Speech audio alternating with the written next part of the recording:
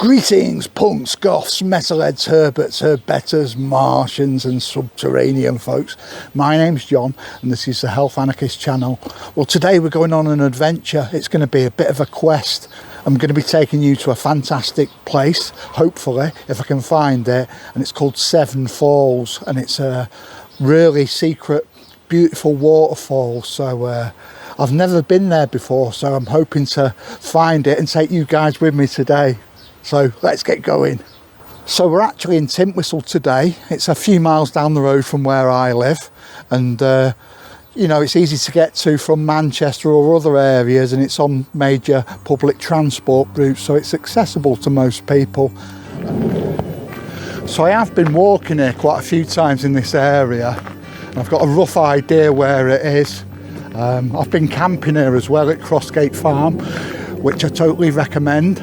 But strangely, you don't hear a lot about Seven Falls. Now, there's a lot on the internet about Swallows Wood, which is near there, but hardly anything about Seven Falls. So today, I'm going to find out for myself. Interested? That's a little bit ambiguous. So I have been camping here before and I thoroughly recommend it.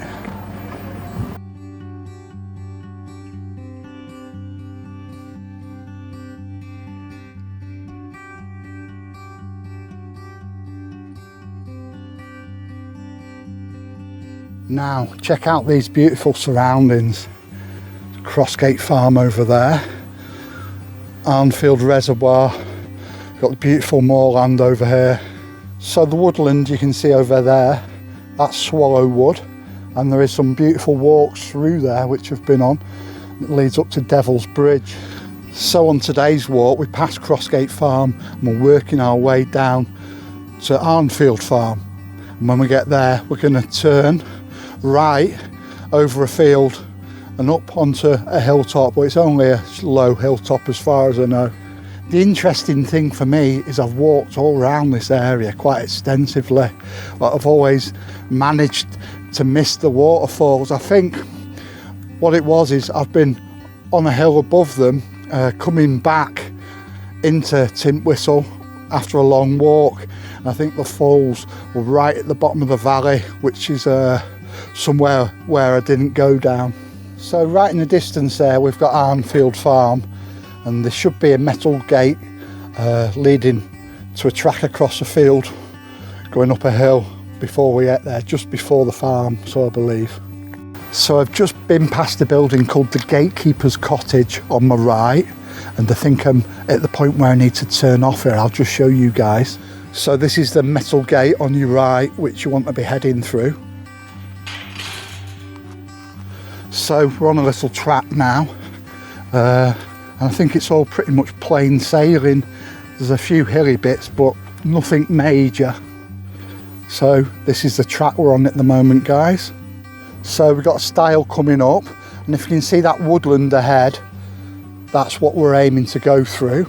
Now if you aim yourself at that woodland like the slot in a rifle sight, you'll be going in the right direction. So this stream, or brook at the bottom, this is basically what's going to lead to the falls eventually. One of the old ladder styles. I'm really into styles, and any of you guys who do countryside walking interested in styles, I wonder if there's a book for people with special interests in countryside styles out there. My very favourite countryside style that I saw was one that had a little slot in for a dog. It had like a little lift up door in so you could let your dog through it.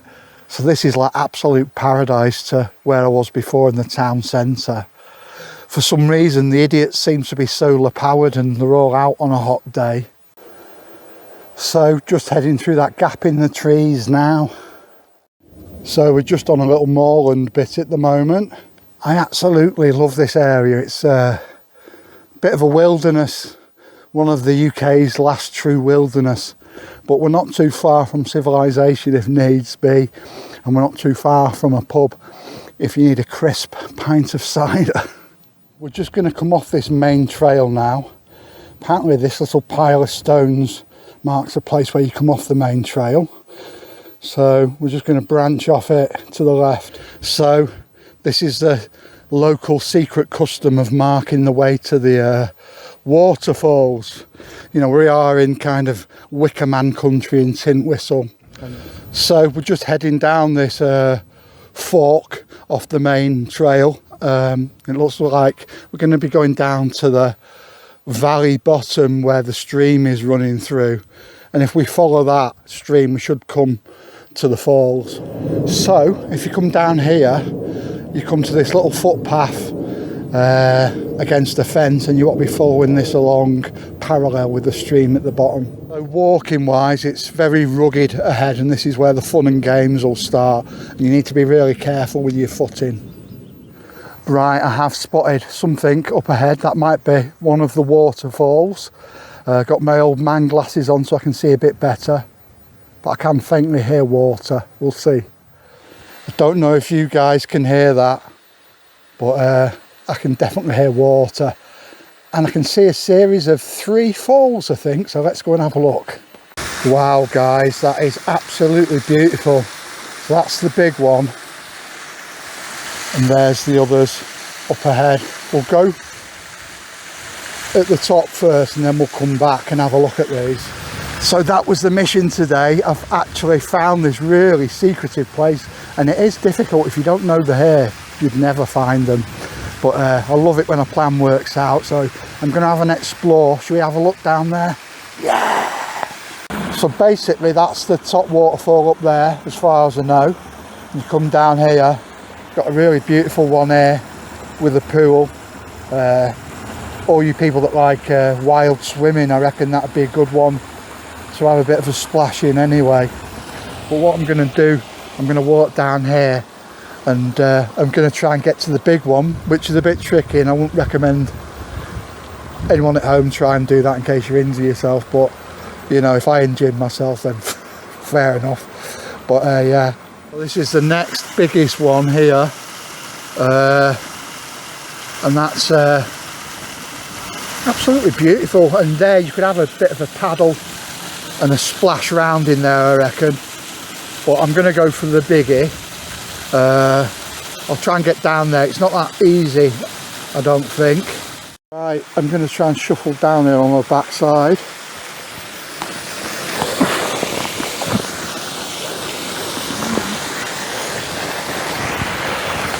Coming back up, it's going to be a proper bit of a climb, but I did used to climb a lot when I was a kid, up trees and stuff, so hopefully I'm not too out of shape.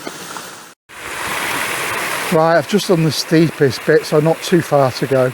The branch here to grab onto, but it looks like it does get very muddy down there, so don't come in your best dancing shoes.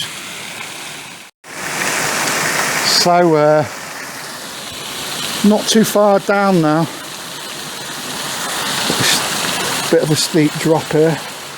Right, I made it in one piece, guys. I'm down at the biggest waterfall. Wow, it's beautiful. Bit of a climb down, but yeah, just be very careful if you do come on your own. I wouldn't recommend it to anybody. Now, for wild swimmers, can't really swim, but you can definitely have a bit of a splish splash round at the bottom, have a natural shower. I'm just stunned by this place. It's absolutely beautiful, and it's so secret and not well known about, and there's no way you'd find it if you didn't know that there was something beautiful here. So I'd say that it's a good 1.5 mile walk from Crossgate Farm. It's pretty easy if you follow the directions I give, but yeah, wow, this is stunning.